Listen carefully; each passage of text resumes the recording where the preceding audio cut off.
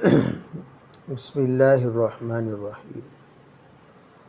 باب هل ينبش قبور مشرک الجاہلیت ويتخذ مکانها مساجد۔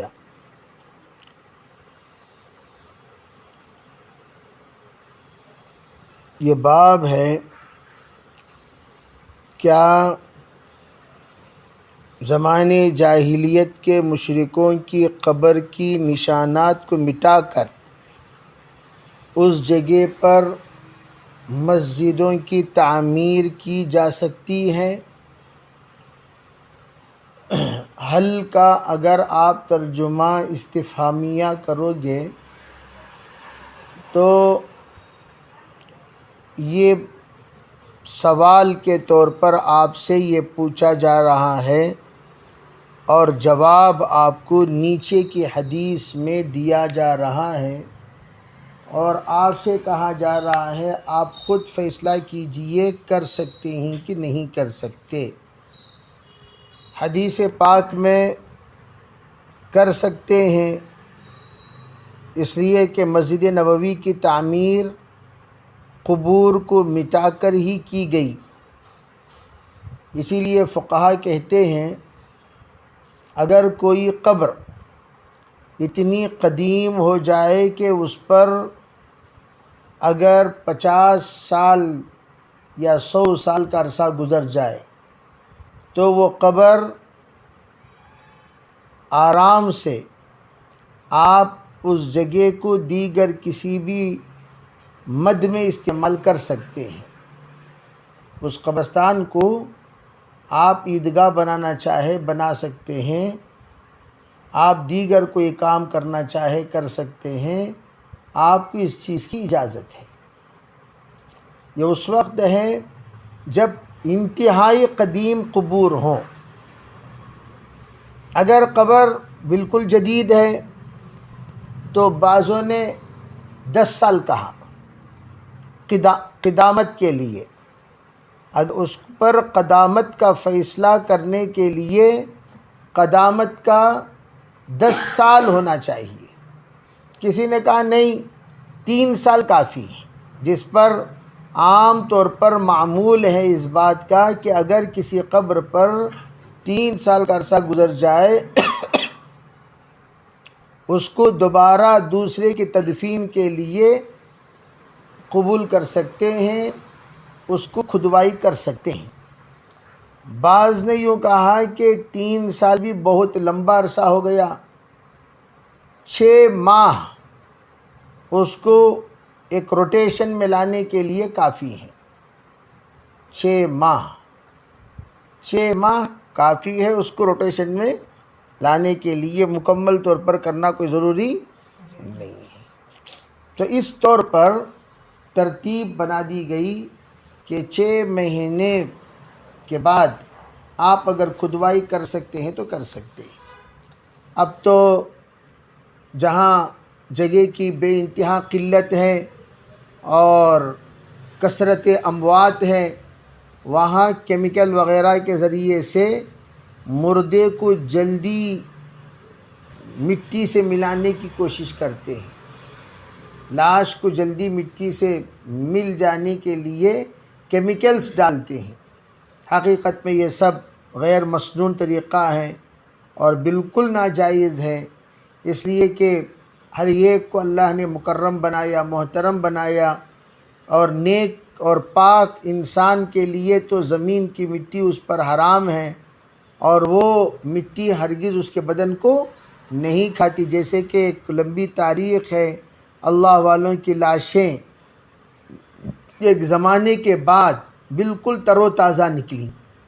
تو ان تمام چیزوں کو مد نظر رکھ کر عمومی فتویٰ دیا جاتا ہے اور خصوصی اعتبار سے ہدایت دی جاتی ہے، ذرا اس معاملے میں احتیاط سے کام لیا کریں۔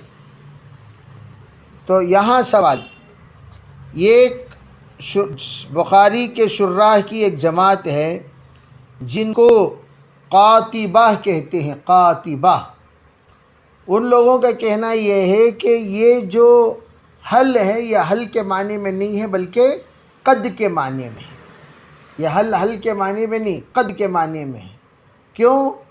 اس لیے کہ مسجد نبوی کی تعمیر کا ذکر ہو رہا ہے، تو وہاں سوال پیدا کریں گے تو آپ کا عمل پر بھی سوال کرنا لازم آئے گا۔ حقیقت میں سوال پیدا کرنے سے آپ علیہ السلام کے عمل پر آپ سے جواب کا مطالبہ کیا جا رہا ہے۔ آپ نے جو کیا وہ ہاں یا نہ، اس میں آپ حضرات جواب دیں۔ یہ انتہائی گستاخی کی بات ہوگی ہاں یا نہ میں کہنا۔ اس لیے وہ احباب کہتے ہیں یہ حل بمعنی قد، اس لیے کہ ان کے نزدیک، ان کے علاقے میں حل قد کے معنی میں استعمال ہوتا ہے۔ تو کہتے ہیں یہاں قد ینبشو، اگر آپ ترجمہ کریں گے تو یقیناً مشرک جاہلیہ کی قبروں کو نکال کر اس کی جگہ پر مسجد تعمیر کی گئی، یعنی مسجد نبوی کے سلسلے میں ایک تاریخی واقعہ نقل کیا جا رہا ہے۔ یہاں دیکھیے آپ علیہ السلام کا ارشاد، آپ نے فرمایا لعن اللہ الیہود، اللہ یہودیوں پر لعنت فرمائے، انہوں نے انبیاء علیہ السلام کے قبور کو مسجد بنا لیا۔ اتخذوا قبور انبیائہم مساجدا، انہوں نے انبیاء کی قبروں کو مسجد بنا لیا۔ تو جو میں نے تفصیلات بتائیں کہ نیک برگزیدہ بندوں کے قبروں کی کھدائی مناسب نہیں ہے، یہی بات ہوئی یہاں کہ آپ جب کھدائی کر رہے ہیں ذرا سوچ لیا کریں کن کی قبر کی کھدائی ہو رہی ہے۔ انبیاء، اولیاء، اتقیاء، اصفیاء، کون؟ اور جو نیک برگزیدہ بندوں کی قبریں ہیں تو اس کی کھدائی مت کیا کرو، چھوڑ دو اس کی جگہ پر۔ اللہ رب العزت کے طرف سے وہ انعمت علیہم میں شامل ہیں، مغضوب علیہم ولا الضالین سے اللہ نے ان کی حیات کو بچا لیا، زندگی بھر ایاک نعبد و ایاک نستعین کے مطابق گزاریں۔ ایسے احباب کی قبر کو کہ آپ کھدائی نہ کریں، لیکن یہودیوں کی یہاں اللہ والوں کی کوئی قدردانی نہیں ہے۔ ان کم بختوں نے کیا کیا؟ انبیاء علیہم السلام کی قبروں کی بھی کھدائی کر دی۔ ایک تو معنی یہ ہوا عنوان کے تحت، ورنہ حقیقی جو ما سیق الکلام لاجلہ، اس روایت کو لانے کا جو اصل مقصد کیا ہے؟ اصل مقصد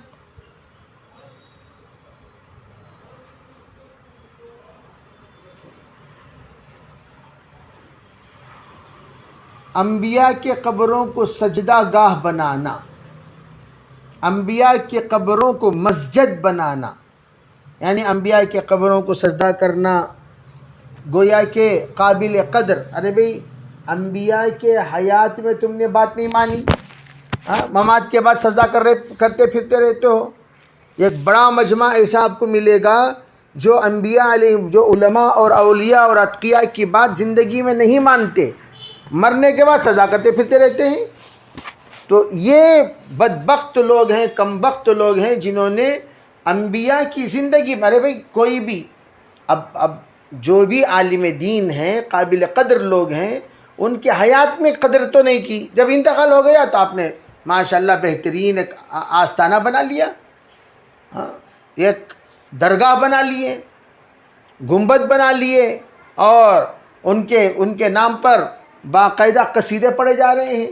یہ نہیں، انبیاء کو تو یقتلون الانبیاء بغیر حق میں، تم لوگ تو انبیاء کو قتل کرتے تھے، اور اب جب نمبر آیا تو انبیاء کو سجدہ کر رہے ہو۔ حیات میں تو قتل کیا، ممات کے بعد سجدہ کر رہے ہو۔ یہ اللہ نے لعنت فرمائی۔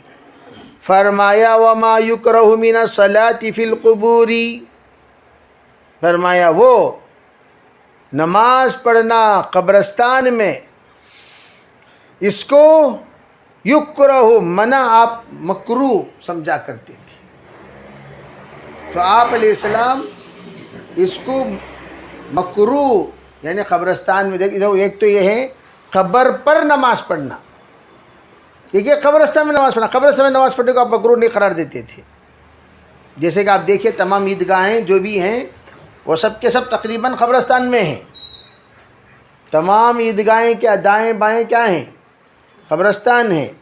تو مکروہ نہیں ہے. اور پہلے زمانے میں بھی قبرستان آپ علیہ الصلاۃ والسلام دور رکھتے تھے. پہلے تو جنت البقیع، یہ اصل میں جنت البقیع یہ حقیقت میں مدینے سے باہر کا حصہ ہے. مدینے کے یعنی مدینے کا حدود ہی اتنا ہی تھا جتنا مسجد نبوی. اس وقت جو مسجد نبوی ہے یہ پوری مسجد نبوی حضور کے زمانے کا پورا مدینہ بس ختم. اب جنت البقیع مسجد نبوی کے عقب میں ہے، پاس میں ہے. تو جو مسجد نبوی کے پاس میں جتنا فاصلہ ہے اتنا فاصلہ گاؤں کے باہر جانا ہوتا تھا. کس کے لیے؟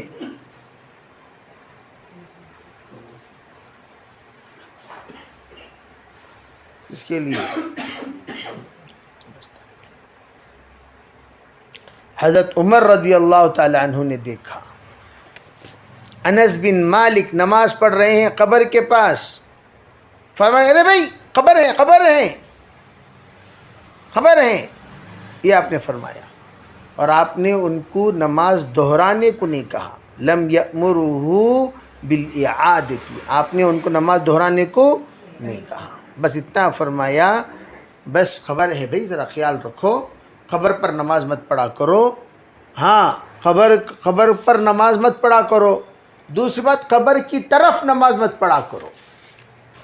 دونوں، قبر پر بھی مت پڑھا کرو، قبر کی طرف بھی مت پڑھا کرو. عربی قبر پر پڑھنا بھی منع ہے، قبر کی طرف رخ کر کے پڑھنا بھی منع ہے. اس لیے آپ علیہ الصلوۃ والسلام حضرت عمر آپ نے روکا کہ بھئی ایسا مت پڑھو، یہ مناسب نہیں ہے. ایک تو بات یہ ہوئی.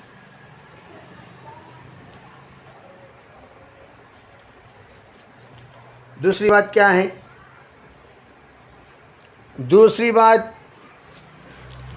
حضرت ام سلمہ ام حبیبہ یہ دونوں کہتی ہیں ایک مرتبہ ہم لوگ بیٹھے ہوئے تھے تو حضرت عائشہ رضی اللہ تعالی عنہ روایت نقل کرتی ہیں اس وقت میں گرجا گھروں کا ذکر ہوا جو انہوں نے حبشہ میں دیکھا. حضرت ام حبیبہ اور ام سلمہ، ارے گرجا گھر ایسے ہوتے تھے، گرجا گھر ایسی ہوتی تھی. تو ان دونوں نے اپنا جو دیکھا انہوں نے پہلی ہجرت کے موقع پر اس کو انہوں نے نقل فرمایا. یا اس لیے کہ یہ لوگ تو مدینہ منورہ میں آنے کے بعد آپ سے وابستہ ہوئے ہیں، ہو سکتا ہے ان لوگوں کا سفر انفرادی طور پر ہوا ہو حبشہ کی طرف، تو انہوں نے وہاں گرجا گھر دیکھا. گرجا گھر چرچ کو کہتے ہیں. حضرت صدیق احمد صاحب باندوی رحمۃ اللہ علیہ جب بنگلور تشریف لائے تو حضرت کا گزر ہوا شیواجی نگر کے گرجا گھر پر سے. جب گزر ہوا تو حضرت نے اس کو دیکھا اور وہاں پتلا حضرت عیسیٰ علیہ السلام کا لگا ہوا ہے. حضرت نے دیکھ کر تھوڑی دیر کار روک دی، کہنے لگے میں نے خواب میں حضرت عیسیٰ علیہ السلام کو دیکھا تو بعین ہی اسی شکل میں تھے جو باہر ہے. وہ پتلا شاید اب نہیں رہا، شاید بعین ہی اسی شکل میں تھے. خیر بہرحال وہ حضرت کی بات تھی. تو جب کہا گیا حضرت کچھ کہہ دیجئے گرجا گھر کے بارے میں، تو حضرت نے ایک مصرع کہا تو گرجا گھر ہے، تو گرجا گھر ہے، تو گرجا تو گرجا تو گرجا، تو گرجا گھر ہے تو گرجا تو گرجا تو گرجا، یہ حضرت نے فرمایا. تو گرجا گھر دیکھا تو اس کے اندر جو تصویریں ہوتی تھیں وہ سب کا ذکر ہوا. فذکرت ذلک للنبی صلی اللہ علیہ وسلم، حضور کے ساتھ بیٹھ کر جس وقت گپ شپ ہو رہا تھا، ان دونوں نے آپ کے سامنے پوری کارگزاری اس گرجا گھر کے اندر کی تصویروں کا نقشہ کھینچا۔ سرکار نے فرمایا ان اولئک اذا کان فیہم الرجل الصالح فمات بنوا علی قبرہ مسجدا، فرمایا یہ کم بخت ایسے لوگ ہیں جب ان میں کوئی نیک انسان کا انتقال ہو جاتا ہے فوراً درگاہ بنا دیتے ہیں۔ کیا بنا دیتے ہیں؟ درگاہ۔ کون کیا بنا دیتے ہیں؟ درگاہ بنا دیتے ہیں۔ مسجدہ کا آسان ترجمہ کیا؟ درگاہ۔ درگاہ میں لوگ سجدہ کرتے نہیں کرتے قبروں کو؟ فرمایا وَصَوَّرُوا فِيهِ تِلْكَ الصُّوَرْ یا تِلْكَ الصُّوَرْ، دونوں نسخے ہیں کہ اس میں اس نقشے کو جو اس بزرگ کے ہیں وہ سب حضرت بچپن میں ایسا تھے، 55 میں ایسا تھے، لڑکپن میں ایسا تھے، جوانی میں ایسا تھے، شادی کے موقع پر ایسا تھے، بلکہ پورا نقشہ۔ ہم لوگ کئی گرجا گھر اندر گئے ہیں تو بچپن سے لے کر حضرت عیسیٰ علیہ السلام کو جو ان لوگوں نے سزا دی، ان کے بدل کو، وہاں تک کا نقشہ پوری تصویر کی زبانی۔ اسی طرح ہم لوگ ایران میں امام باڑہ گئے، امام باڑہ، بڑے بڑے امام باڑے، بڑے بڑے مسجدیں جو ایرانیوں کی ہیں، اسے مسجد بھی نہیں کہنا چاہیے، عبادت خانہ، ان کا عبادت خانہ، معبد۔ وہاں جب گئے تو کیا دیکھا کہ حضرت حسین کی، حضرت علی کی، حضرت فاطمہ، سب تصویریں موجود ہیں، سب تصویریں، کربلا کی سب کی تصویریں ان لوگوں نے بنا رکھی اور فروخت کرتے ہیں، تصویروں کے ساتھ کہانیوں کی کتابیں فروخت کرتے ہیں۔ تو یہ لوگ تصویریں بنا کر رکھ دیتے ہیں۔ اور پھر آپ نے کیا فرمایا؟ یہ لوگ کون ہیں جانتے ہو؟ اولئک شرار الخلق عند اللہ یوم القیامہ، قیامت کے دن بدترین لوگ ہیں یہ، اللہ کے نزدیک قیامت کے دن کے بدترین لوگ ہیں۔ جو سزا دے گا وہ اللہ دے گا۔ فرمایا مدینہ منورہ آپ تشریف لائے تو آپ نے مدینہ منورہ کے ایک اونچی جگہ پر آپ نے نزول فرمایا، ایک محلہ تھا وہ پہاڑی کے پاس، اور اس کو بنو عمرو ابن عوف کہا جاتا ہے۔ آپ نے وہاں 24 دن قیام فرمائے، 24 دن۔ پھر آپ علیہ الصلوۃ والسلام وہاں سے رخصت ہوئے، ارسلہ الى بنی نجار، بنو نجار کے پاس آپ نے بھیجا، اور وہاں وجاءوا متقلدین السیوف، وہ سب کے سب تلوار لٹکائے ہوئے آپ کے خدمت میں حاضر ہوئے۔ فرمایا فَكَأَنِّي أَنظُرُ إِلَى النَّبِيِّ صلی اللہ علیہ وسلم علی راحلتہ وَأَبُو بَكْرٍ رِدْفُهُ، فرمایا میں دیکھ رہا ہوں حضور کو، آپ تشریف لا رہے ہیں اپنے سواری پر۔ آج بھی وہ منظر میرے آنکھوں کے سامنے ہے، آپ تشریف لا رہے ہیں، پیچھے صدیق اکبر بیٹھے ہوئے ہیں، وَمَلَأُ بَنِي النَّجَّارِ حَوْلَهُ، بنو نجار کے پورا کنبہ قبیلہ آپ کے اطراف، یہاں تک کہ فَأَلْقَى بِفِنَاءِ أَبِي أَيُّوبَ، فرمایا ابو ایوب کے صحن میں ایک ٹینٹ آپ کی سواری رکی، آپ کی سواری رکی، اور رکنے پر آپ علیہ الصلوۃ والسلام نے وہاں پر اترا۔ جیسے کہ تفصیلی واقعہ سیرت میں ہے کہ حکم دے دیا گیا قصوہ کو، جہاں رکے وہ آپ کا قیام گاہ ہوگا۔ تو قصوہ رکا کہاں؟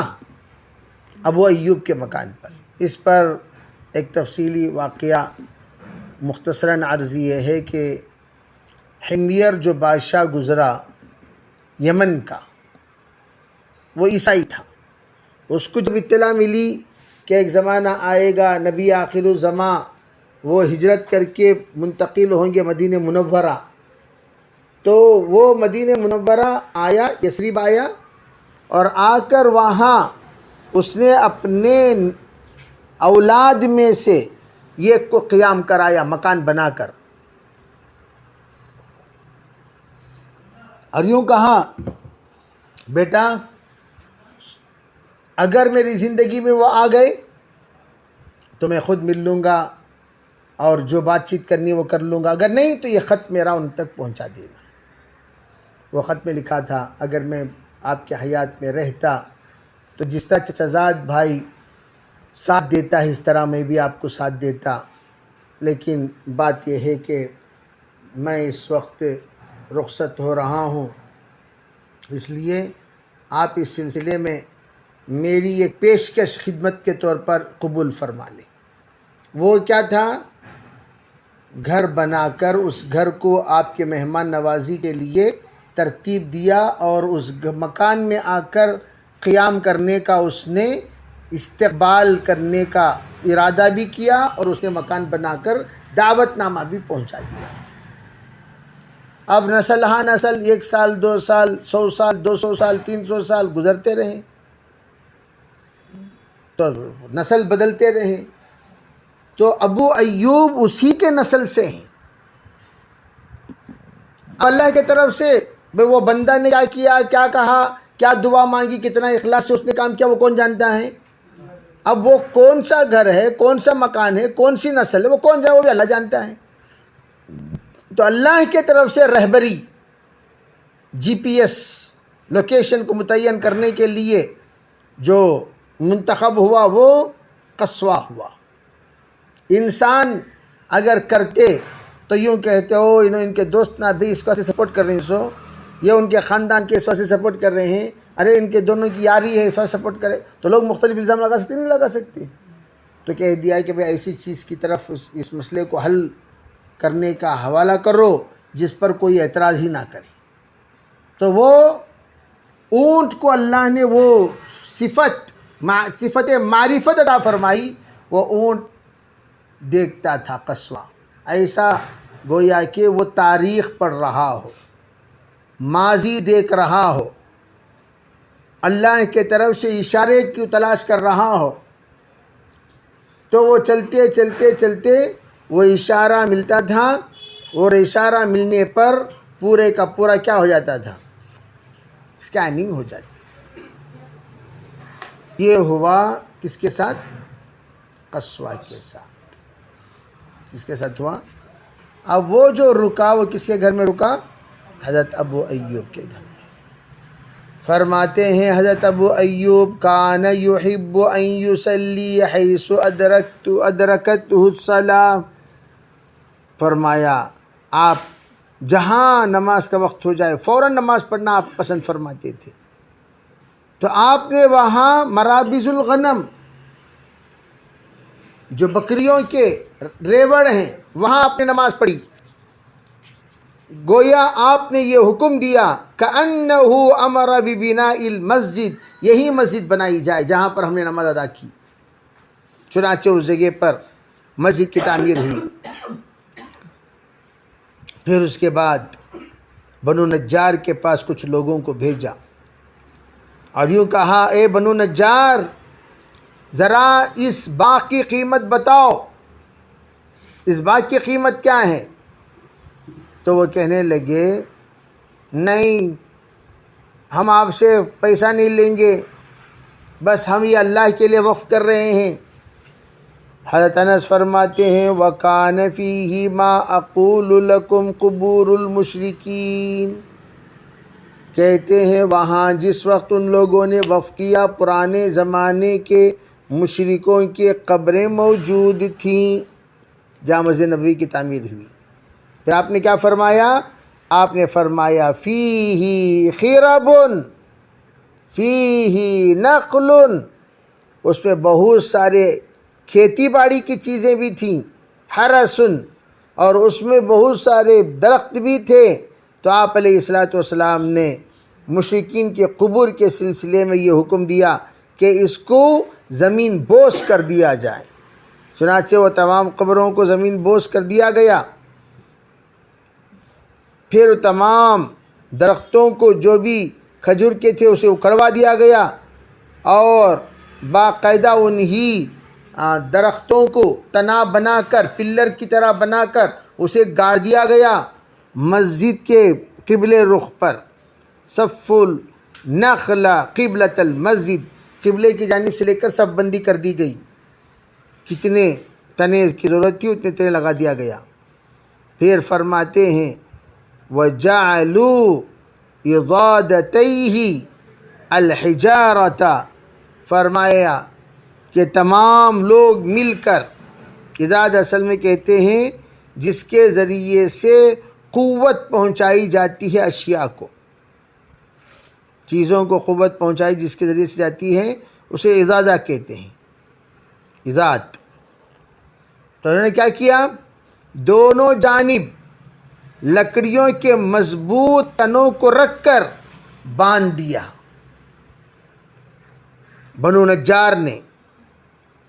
پھر وَجَعَلُوا يَنْقُلُونَ الصَّخْرَ، بڑے بڑے چٹانوں کو لے آئے، اور وہ لوگ کون تھے، يَرْتَجِزُونَ، وَهُمْ يَرْتَجِزُونَ، یعنی ان لوگ رجز اصل میں کہتے ہیں کہ اس وقت میں کچھ گنگنا رہے تھے، جو مناسب، جو کلام اس وقت کے لیے ضروری ہیں، جیسے کہ طلع البدر علینا من ثنیات الوداع، انہوں نے استقبال کے وقت گنگنایا، اس وقت تعمیر مسجد کے لیے جو الفاظ مناسب ہیں وہ الفاظ گنگنا رہے تھے، یعنی پڑھتے ہوئے وہ لوگ کام کر رہے تھے۔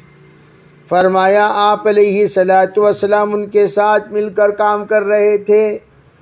وَهُمْ يَقُول، وَهُوَ يَقُول، سرکار دو عالم صلی اللہ علیہ وسلم کے زبان پر یہ جملہ جاری، وہ کون سا جملہ، فرمایا اللہم لا خیر الا خیر الآخرہ فاغفر الانصار والمہاجرہ۔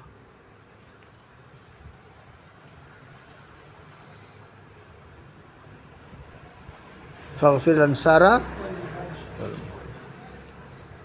یا اللہ کائنات میں کوئی خیر ہے ہی نہیں، اگر ہے تو وہ صرف اور صرف آخرت کی خیر ہے۔ یا اللہ میں آپ سے یہ التجا کرتا ہوں، انصار کو بھی مہاجر کو بھی دونوں کو آپ معاف کر دیجئے، بیچارے آج جو کچھ موجود ہیں وہ ان کو بھی معاف کیجئے، آئندہ ان کے نسلوں میں جو بھی آئیں گے ان کو بھی معاف کر دیجئے۔ یا اللہ میں اس لیے آپ سے یہ التجا کر رہا ہوں، یہ لوگ بڑے ہی دلچسپی کے ساتھ جو آپ کے گھر کی تعمیر میں حصہ لیا، نتیجہ ان کو یہ ملنا چاہیے کہ ان کو عذاب نہ دیا جائے، ان کو معاف کر دیا جائے۔ چنانچہ آپ علیہ السلام کی اس دعا کی وجہ سے صحابہ اتنا خوش ہوئے کہ صحابہ کرام کے لیے معافی کا اعلان ہو گیا۔ کیا ہو گیا بھائی؟ معافی۔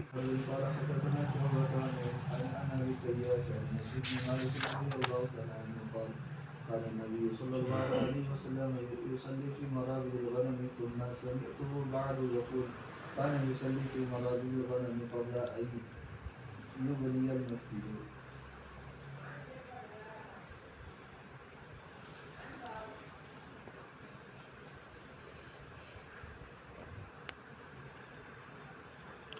یہ بات ذہن نشیں کر لینی چاہیے، وہ یہ ہے کہ بکریوں کے ریوڑ، بکریاں چرانا تو انبیاء کی سنت ہے، اور انبیاء علیہ السلام بکریاں چرایا کرتے تھے، اور بکریاں جب چراتے تھے تو بکریوں کے ریوڑ میں انبیاء کی نمازیں بھی ہوتی تھیں۔ تو بکریوں کے ریوڑ میں نماز کے سلسلے میں بالاتفاق تمام ائمہ کہتے ہیں بکریوں کے ریوڑ میں نماز پڑھ سکتے ہیں، اس میں کوئی حرج نہیں ہے۔ چنانچہ دیکھیے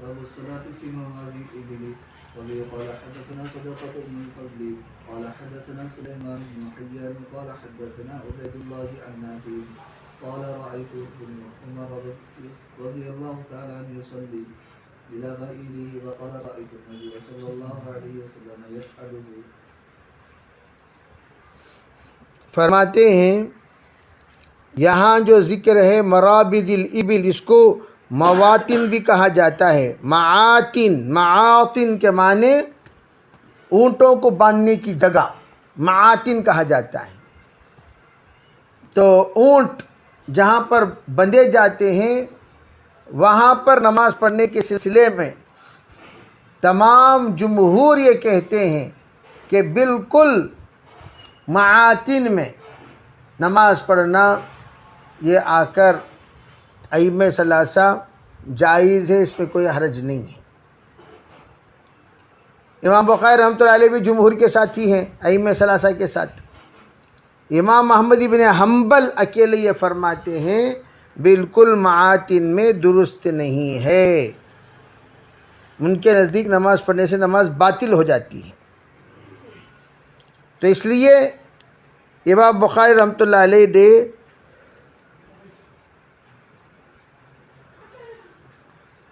یہاں جو روایت لائی ہے وہ روایت معاتن میں نماز پڑھنے کی جواز کے سلسلے میں ہے۔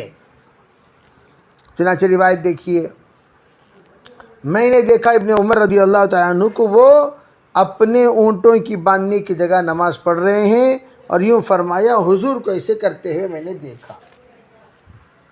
دیکھو بھائی، یہاں ایک چیز سوچنے اور سمجھنے کی وہ یہ ہے، نماز پڑھنے کی اجازت ہے کا مطلب یعنی وہ جگہ کا پاک ہونا بھی ضروری ہے، صاف ہونا بھی ضروری ہے، گندگی اور پلید سے مکمل طور پر صحیح ہونا بھی ضروری ہے۔ اگر وہ جگہ ایسی جگہ ہے جہاں پر ناپاک چیزیں پڑی ہوئی ہوں تو وہ تو زمین کی پاکی کی فہرست میں وہ شامل نہیں ہوگی۔ ارے بھائی، ناپاک زمین کہاں سے فہرست ہے؟ لیکن علماء نے کیا فرمایا؟ علماء یہ فرماتے ہیں ایسے موقع پر اس بات کا خاص طور پر خیال رکھنا چاہیے کہ گندی چیزیں یا پیشاب یا پاخانہ ہرگز اس کی لید وغیرہ پڑی ہوئی نہ ہو، صاف جگہ ہو۔ اب مثال طور پر یہاں اونٹ وغیرہ بندھے ہوئے ہیں، یہاں صاف جگہ ہے، پڑھ سکتے ہیں۔ اونٹ بندھے ہوئے ہیں، اونٹ کے بازو پڑھ سکتے ہیں، اس پر کلام ہے۔ ریوڑ ہے، جہاں جس جگہ پڑھ رہے ہیں آپ، ریوڑ تو ہے، بکریاں سب ایک جگہ پڑی ہوئی ہیں اور آپ ایک جگہ پر مصلی بچھا کر نماز پڑھ رہے ہیں، پڑھ سکتے ہیں۔ اختلاف کہاں ہے بھئی، کیا وہ اس کا پیشاب پاک ہے یا ناپاک ہے؟ بکریوں کا پیشاب، اونٹ کا پیشاب پاک ہے ناپاک ہے، اس پر آپ کو کلام ہوگا۔ جیسے کہ پچھلے پیشاب کے سلسلے میں بات گزر چکی ہے، ماکل اللحم کا پیشاب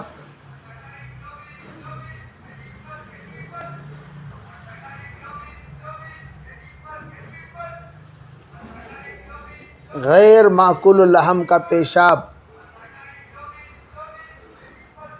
اس میں فرق ہے۔ تو اس اعتبار سے دیکھا جائے تو چینٹیں اگر پڑی ہوئی ہیں زمین پر اور زمین خشک ہو گئی تو وہ زمین پر نماز پڑھنے میں کوئی حرج نہیں ہے۔ اگر بالکل تربتر ہو گیا اور اس پر نماز پڑھیں تو اس کے سلسلے میں کوئی بھی اجازت نہیں دیں گے کہ آپ آ کر، اس لیے کہ زکوٰۃ الارض یبسھا، اگر پیشاب وغیرہ پڑھنے کے بعد اس کی مکمل طور پر نشانی ختم ہو جائے تو پڑھ سکتے ہیں، اس میں کوئی حرج نہیں کی۔ باب من صلى وقدامه تنور أو نار أو شيء مما يعبد فأراد به وجه الله عز وجل. وبه وقال الزهري أخبرنا أنس بن مالك رضي الله تعالى عنه قال قال النبي صلى الله عليه وسلم قرئت علي النار وأنا أصلي. وبه قال حدثنا عبد الله بن مسلمة عن مالك عن زيد بن مسلم عن عطاء بن يساري عن عبد الله بن عباس رضي الله تعالى عنه قال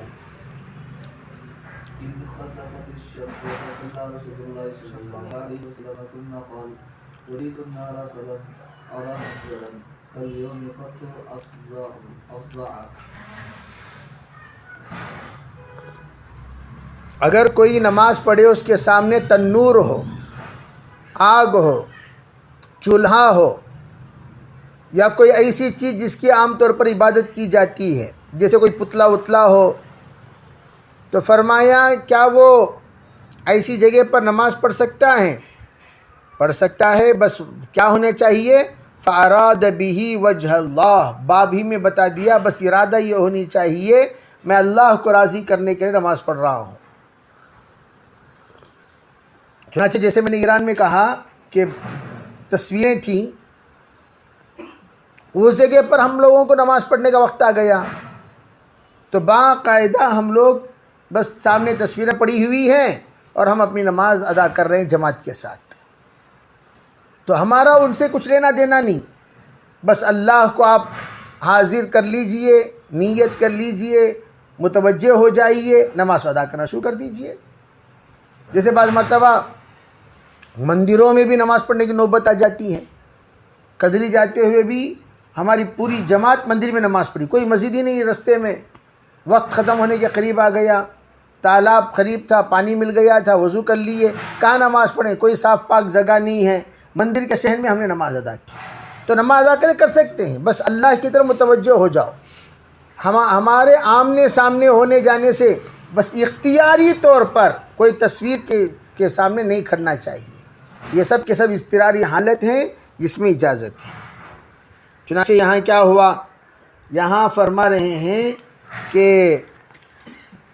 حضرت زہری حضرت انس بن مالک سے نقل کرتے ہوئے آپ نے فرمایا کہ میں جب نماز ادا کر رہا تھا صلاۃ الخسوف اور کسوف میں، تو اچانک آپ آگے گئے، اچانک آپ پیچھے آئے، پوچھا کیا آگے گئے؟ فرمایا کھجور کے خوشے جنت میرے سامنے واضح ہو گیا اور کھجور کے خوشے دکھائی دیے، جی چاہا کہ میں اسے توڑ کر تم لوگوں کو کھلاؤں، جسے آگے بڑھا، کہا پیچھے، فرمایا آگ کے شعلے نظر آئے، وہ شعلہ اتنا بھڑک رہا تھا کہ قریب تھا کہ وہ میری طرف آئے، اس لیے میں نے اس کے پیچھے ہٹا۔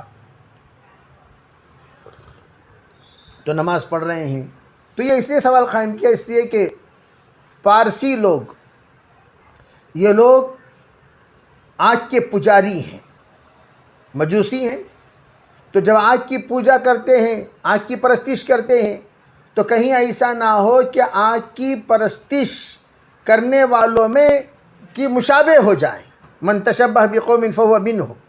علماء فرماتے ہیں یہاں تشبہ سے مراد تشبہ اختیاری ہے، اختیاری تشبہ یہ منع ہے، لیکن تشبہ سامنے آگ ہے لیکن نماز ادا کر رہے ہیں تو اس میں کوئی حرج نہیں ہے۔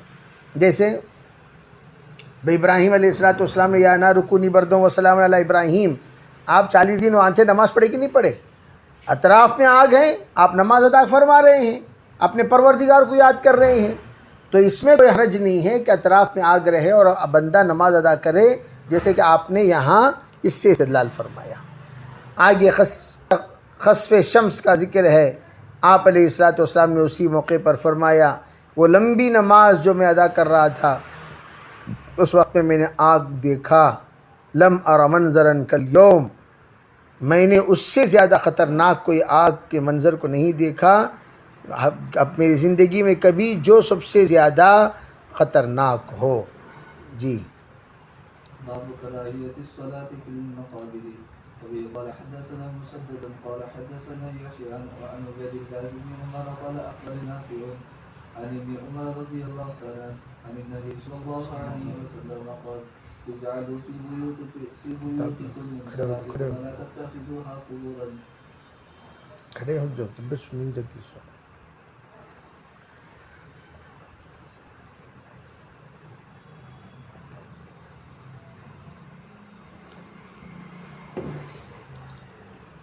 مسجد قبرستان میں بنانا یہ مکروہ ہے.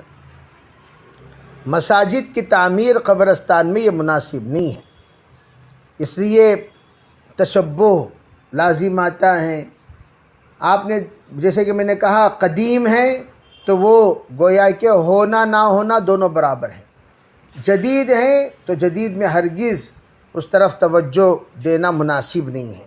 یہاں جو بات منع ہے کراہیت یہ جدید کے سلسلے میں ہے نہ کہ قدیم کے. اس لیے کہ مسجد نبوی قدیم ہے تو وہاں بلا کراہت جائز ہے اور یہاں جدید ہے اس لیے کراہیت کے ساتھ بتا رہے ہیں آپ. اگر کوئی بنا دیا تو نماز تو ہو جائے گی, نماز نہیں ہوگی نہیں, لیکن جدید ہونے کی وجہ سے بالکل مناسب نہیں ہے قبرستان میں مسجد بنانا. فرمایا کہ اجعلوا فی بیوتکم من صلاتکم, یہاں جو لفظ استعمال ہوا ہے حدیث کا متن تم کچھ نمازوں کا حصہ اپنے گھروں میں کیا کرو.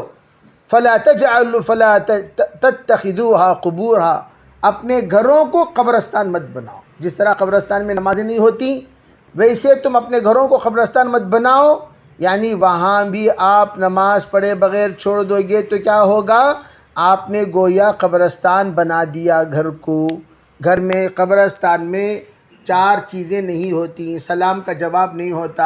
آج تک کوئی بھی مردہ سلام کا جواب دیا ہے؟ ارے آپ نے السلام علیکم یا اہل القبور کہا تو جواب ملا؟ کوئی نہیں ملا. دوسری بات اکرام نہیں ہوتا کہ آپ وہاں جائیں مردے آپ کا استقبال کرے, اہلاً وسہلاً مرحبا, آئیے آئیے خوش آمدید. کیوں بھائی؟ انتم سلفونا نحن بالاثر انا انشاءاللہ بکم لاحقون, آپ آگے ہیں ہم پیچھے ہیں, ہم بھی آ کر آپ کے ساتھ جڑ جائیں گے. ارے آج نہیں تو کل جانا ہی ہے نا بھائی وہ جگہ. کون اس سے مفر ہے بتائیے؟ ہر ایک کو وہاں جانا ہے. اللہ ہمیں ہر ایک کو قبر کے تمام حالات سے اپنے فضل و کرم سے حفاظت فرمائے. اللہ تعالی قبر اور قبر کے بعد کے تمام مراحل کو آسان فرمائے. اس کا تصور ہمیشہ ہونا چاہیے کہ قبر کو یاد کرنے والا ہمیشہ قبر میں راحت کے ساتھ رہے گا. اور اسی لیے کہا جاتا ہے اللہم بارک لی فی الموت و فیما بعد الموت, پڑھتے رہا کریں. تیسری چیز کیا نہیں ہے؟ قبرستان میں ذکر نہیں ہے. قبرستان میں ذکر نہیں ہے. ذکر کیا مطلب؟ وہاں کوئی ذکر وکر نہیں کرتا. اور دوسری بات یہ ہے کہ اور ذکر وَلَذِكْرُ اللَّهِ اکبر, اقیمِ الصَّلَاةَ لِذِكْرِی, بے نماز ہی ذکر ہے. تو نماز بھی نہیں ہے قبر میں. تو آپ نے گھر کو سلام سے خالی کر دیا تو قبر بنا دیا, اکرام سے خالی کر دیا تو قبر بنا دیا, عبادت سے خالی کر دیا تو قبر بنا دیا. چوتھی چیز جو گھر میں ہے وہ جو قبرستان میں نہیں ہے وہ یہ ہے کہ گھر منظم, گھر کے اندر روشنی ہوتی ہے. گھر کے اندر کون سی روشنی؟ گھر کے اندر عبادتوں کی روشنی. چلت پھرت, کھانا کھانا, کھانا کھلانا, اکرام کرنا, استقبال کرنا, سلام کرنا, اور پھر گھر ہمیشہ آباد رہتا ہے. کوئی نہ کوئی گھر میں رہتا ہے. قبرستان میں جا کر دیکھو مردہ دفن کرنے کے بعد کتنی بھرتی کیا وہاں سب آ جاتے ہیں. وہیں پر کوئی قیام گاہ نہیں بنا لیتا ہے. فرمایا اسی طرح اپنے گھر کو قبرستان مت بناؤ, یعنی ہمیشہ خالی مت رکھا کرو. خانے خالی را دیو می گیرند, خانے خالی را دیو می گیرند, اس لیے ہمیشہ گھر خالی مت رکھا کرو. بس 1-2 دن خالی رہ گیا الگ چیز ہے, خالی ہی خالی ہے سال ہاں سال, ایسا رکھنے سے نحوست چھا جاتی ہے اور دیگر مخلوقات مکان تلاش کرنے کو آتے ہیں، کہیں ہے خالی گھر، for lease, for rent, for free, آ کر بس جاتے ہیں مخلوقات، ان کو جگہ چاہیے، کھانے خالی، اس میں آ کر وہ بس جاتے ہیں۔ اس لیے کہا جاتا ہے کہ کھنڈرات میں جنات کا قیام ہوتا ہے، شیاطین کا قیام ہوتا ہے۔ عامرین ایک ایسی جماعت ہے جنات کی جو ہمیشہ تعمیروں میں رہا کرتے ہیں۔ عامرین ایک ایسی جماعت ہے جنات کی جو کہاں رہتی ہے؟ ہمیشہ تعمیروں میں رہتی ہیں۔ تو اس کی طرف یہاں فرمایا تم اپنے گھروں کو قبرستان مت بناؤ۔ جی باب الصلاة في الموازي للخسف والعذاب. ويذكر أن عليا رضي الله تعالى عنه كره الصلاة بخسف بابل. وبه قال حدثنا إسماعيل بن عبد الله قال حدثني مالك عن عبد الله بن دينار عن عبد الله بن عمر رضي الله تعالى عنه أن رسول الله صلى الله عليه وسلم قال لا تدخلوا على هؤلاء المعذبين إلا أن تكونوا باكين، فإن لم تكونوا باكين فلا تدخلوا عليهم لا يصيبكم ما أصابهم. فرمایا خس نماز پڑھنا ایسی جگہ پر جہاں پر اللہ کا عذاب آیا ہو، جہاں پر اللہ نے دھسایا ہو، وہاں پر نماز پڑھنے کا بیان۔ ہم لوگ یمن جب گئے تو غریبوں پر ظلم کرنے کی وجہ سے باغ کو جو اللہ نے راکھ راکھ کر دیا راتوں رات، صبح جا کر دیکھے تو چٹیل میدان پائے جس کا ذکر سورہ قلم میں موجود ہے۔ تو وہ جگہ پر جب ہم پہنچے تو وہ ایسی جگہ کہ چلو بھئی ذکر یہاں صلاۃ سے مراد کوئی نہ کوئی جزء من الصلاۃ، جزء من الصلاۃ، صلاۃ سے مراد یہاں پر نماز نہیں، ذات رکوعین و سجودین، یہاں جزء من الصلاۃ، یا تو ذکر کر لیا کرو یا تسبیح پڑھ لیا کرو یا استغفار کر لیا کرو، کچھ نہ کچھ۔ تو کرتے کیا تھے؟ استغفار کیا، توبہ معافی کر لی، استغفار کر لی۔ تو یہ فرمایا استغفار کر لیا کرو۔ تو آپ نے بھی یوں کہا کہ حضرت علی رضی اللہ تعالی عنہ جس وقت خسف والی جگہ پر بابل پر سے گزرے تو آپ نے وہاں نماز پڑھنا پسند نہیں کیا۔ نماز پڑھنا پسند نہیں کیا کہ مطلب یہ ہے کہ نماز میں وہاں دل ہی نہیں لگتا ہے۔ نماز کیسے پڑھیں بھائی؟ نماز کے لیے دل ہی نہیں لگتا تو نماز کیسے پڑھیں؟ تو ہو سکتا ہے جیسے کہ روایتوں میں ہے کہ اگر کسی جگہ پر اللہ کا عذاب نازل ہو گیا وہ قیامت تک کے لیے ملعون ہو جاتا ہے، اور ملعون جگہ پر نماز پڑھنے سے سکون کہاں سے ملے گا؟ تو اس لیے فرمایا کہ بھئی یہاں نماز مت پڑھو، نکلو یہاں سے، نکال دیا۔ اب یہ دیکھیے اگلی عبداللہ ابن عمر کی روایت، آپ نے فرمایا تم لوگ ایسی لا تدخلوا علی ہؤلاء المعذبین، ارے عذاب کے جن لوگوں پر عذاب نازل ہوا وہاں پر سے مت گزرا کرو، الا یہ کہ تم لوگ گزرو تو استغفار کے ساتھ، روتے ہوئے دھوتے ہوئے اللہ کے سامنے متوجہ ہوتے ہوئے، یہ جزوِ صلاۃ میں سے ہیں، ایسا گزرو۔ یعنی جزوِ صلاۃ میں آخر میں اللہم انی ظلمت نفسی ظلما کثیرا لا یغفر الذنوب الا انت پڑھتے ہوئے جاؤ۔ فرمایا فلا تدخلوا علیہم، فرمایا تم ان پر داخل نہ ہو، کیوں؟ کہ جو عذاب ان پر اترا ہے وہ کہیں تم پر بھی نہ اتر جائے، جو عذاب ان پر اترا ہے وہ تم پر بھی نہ اتر جائے۔ فرمایا لا یصیبہم ما اصابہم، جو ان پر اترا کہیں تم پر نہ اتر جائے عذاب۔ کیا مطلب؟ ارے بھئی وہ جگہ اللہ کی غضب کی نظر جب اس پر پڑ گئی، وہاں پر سے جو بھی گزرے گا وہ مغضوب علیہم ہو جائے گا۔ کیا ہو جائے گا؟ مغضوبی علیہم۔ کیوں مغضوب علیہم ہو جائے گا؟ ارے اللہ کے غضب کی نظر جب ایک بار پڑ گئی تا قیامت وہ ملعون ہے۔ تو اس لیے ہم بھی گئے تو حضرت مولانا رحمۃ اللہ علیہ نے، میں چپکے سے، اتنا راکھ راکھ ہو گیا تھا پتھر، وہ زمین جل کر 80 فیٹ اندر تک بھی زمین جل گئی.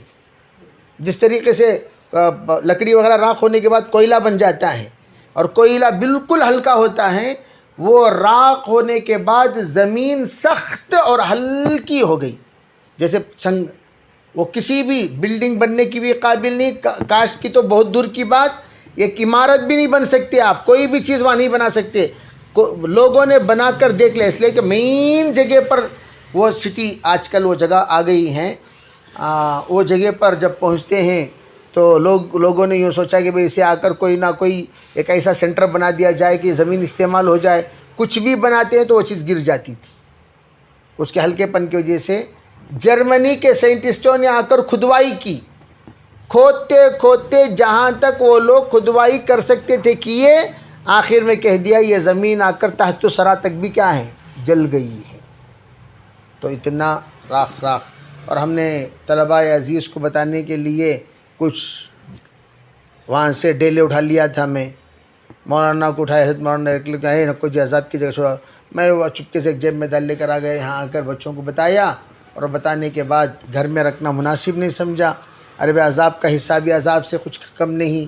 تو اس کے بعد سوچا کہ اس کو پھینک دیا جائے، تو اسے شہر کے باہر کسی جگہ پر ہم نے اس کو پھینک دیا بچوں کو بتانے کے بعد. اس کی تب فون وون کا زمانہ تو غالباً نہیں تھا، تو تصویر بھی ہم نے پکڑی نہیں. بتانے کا منشا یہ ہے کہ ایسی جگہ پر احتیاط کرنا چاہیے اور ایسی چیزوں سے بھی احتیاط کرنا چاہیے. جی. باب الصلاة في البيئات. وقال عمر رضي الله تعالى عنه إنا لا ندخل كنائسكم من أجل التماثيل التي فيها الصور. وكان ابن عباس رضي الله تعالى عنه يصلي في البيئات إلا بيئة فيها تماثيل. حضرت نماز گرجا گھر میں نماز پڑھنا، چرچ میں نماز پڑھنا. حضرت عمر فرماتے ہیں ہم لوگ چرچ میں داخل نہیں ہوتے تھے اس وجہ سے کہ وہاں تصویریں ہوتی ہیں اور پتلے ہوا کرتے ہیں، اس لیے ہم نہیں جاتے. اور وہاں بہت زیادہ تصویریں.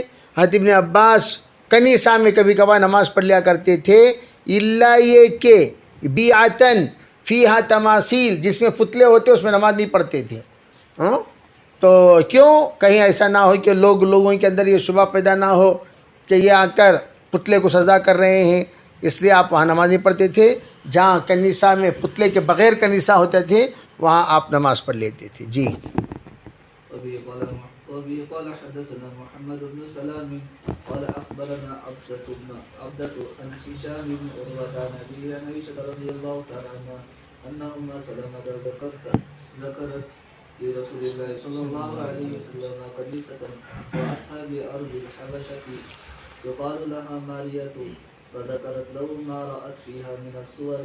فقال رسول الله صلى الله عليه وسلم أولئك قوم إذا مات فيهم العبد الصالح أو الرجل الصالح بنوا على قبره مسجدا فصوروا فيه تلك الصور أولئك شرار الخلق عند الله. یہ تو روایت گزر چکی ہے. جی.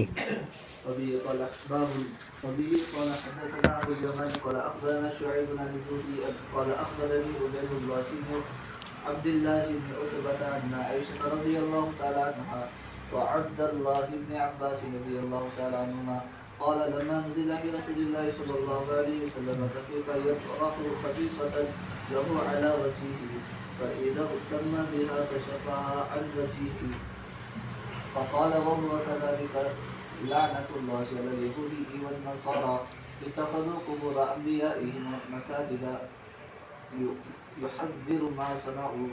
وبه قال حدثنا عبد الله بن مسلمة عن مالك عن ابن شهاب عن سعيد بن المسيب عن ابي هريرة رضي الله تعالى عنه ان رسول الله صلى الله عليه وسلم قال قاتل الله اليهود اتخذوا قبور انبيائهم مساجدا.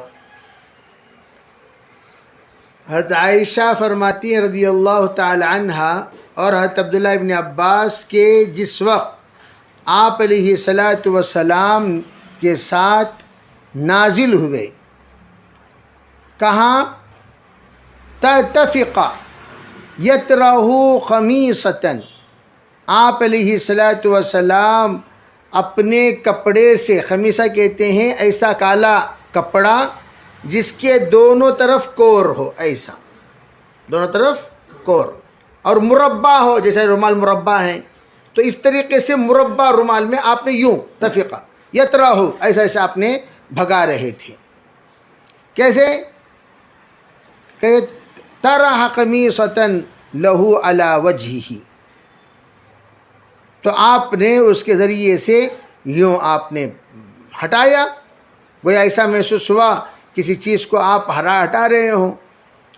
تو فرماتے ہیں فَإِذَا اغْتَمَّ بِهَا كَشَفَهَا عَنْ وَجْهِهِ، جس وقت میں آپ علیہ السلام پر وہ مغموم اور پھر اس کے بعد آپ کے اوپر سے جب غم کے آثار دور ہو گئے، فقال وَهُوَ كَذَلِكَ لَعْنَةُ اللَّهِ عَلَى الْيَهُودِ، آپ نے فرمایا اسی طرح اللہ کی لعنت یہود و نصارہ پر ہو، ان لوگوں نے انبیاء کے قبور کو مسجد بنا لیا.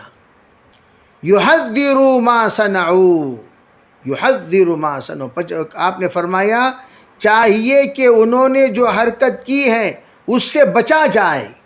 یحذر ما صنعوا، جو حرکت انہوں نے کی ہے اس سے بچا جائے، یعنی کوئی بھی زندگی میں وہ حرکت نہ کریں جو حرکت انہوں نے کی ہے. یہ آپ نے اشارہ فرمایا. کیا مطلب؟ آپ علیہ السلام کا اس طریقے سے جو آپ نے حرکت کی اس کی وجہ ہو سکتا ہے کہ آپ علیہ السلام کی کسی بات کی اطلاع ہوئی ہو اور آپ کو آئندہ چل کر اپنی امت میں کوئی ایسی حرکت کرنے کی بھی اشارہ ملا ہو جس کی وجہ سے آپ نے فرمایا یہ حرکت کبھی زندگی میں دوبارہ نہ کرنا. مسلمان اب دیکھیے شیعوں کے یہاں یہ پوری حرکتیں ہیں، تصویریں بھی آ گئیں. اب کنیسہ میں بھی شیعوں کے امام باڑے میں کیا فرق رہا؟ شیعوں کے امام باڑے میں کیا کوئی فرق نہیں. جس طریقے سے تماثیل ہیں، پتلے ہیں، شیعوں نے پنجوں کو پتلا بنا لیا. ارے بھئی جس طریقے سے پوجا کرتے ہیں لوگ پتلوں کی، اسی طرح شیعہ کیا کرتے ہیں؟ وہ پنجوں کی پوجا کرتے ہیں. آپ مستقل، ارے بھئی خالی محرم میں اس کی پوجا نہیں، محرم کے علاوہ دیگر اوقات میں بھی باقاعدہ ایک جگہ مخصوص ہے، وہاں پر اس کی مستقل وہ رکھے ہوئے رہتے ہیں امام باڑے میں، اور اس کی وہ عود بتی ادھر ادھر لگتی رہتی ہے، پتہ نہیں حرکتیں کیا کیا اندر کرتے ہیں وغیرہ وغیرہ. اگلی روایت میں حضرت ابو ہریرہ کی کہتے ہیں اللہ تعالیٰ یہود کا خاتمہ کرے، انہوں نے انبیاء کی مسجدوں کو، انبیاء کے قبور کو مسجد بنا لیے. جی قال النبي صلى الله عليه وسلم جعلت لي الأرض مسجدا وطهورا. وبه قال حدثنا محمد بن سنان قال حدثنا هشيم قال حدثنا سيار وأبو الحكم قال حدثنا يزيد الفقيه قال حدثنا جابر بن عبد الله رضي الله تعالى عنه قال قال رسول الله صلى الله عليه وسلم أوتيت خمسا لم يؤتهن أحد من الأنبياء قبلي نصرت بالرعب مسيرة شهر مسیرت شہر. جی مسيرة شهر وجعلت لي الأرض مسجدا وطهورا وأيما رجل من أمتي أدركته الصلاة فليصلي وأحلت لي الغنائم. وكان النبي صلى الله عليه وسلم يبعث إلى قومه خاصة وبعثت إلى الناس كافة وأعطيت الشفاعة. یہ روایت اس سے پہلے گزر چکی ہے. اس میں آپ علیہ السلام نے وہ 5 چیزوں کا ذکر فرمایا جو آپ کے لیے خصوصیت کے ساتھ اللہ نے عطا کیا. یہ تیمم کے باب میں یہ روایت گزر چکی ہے.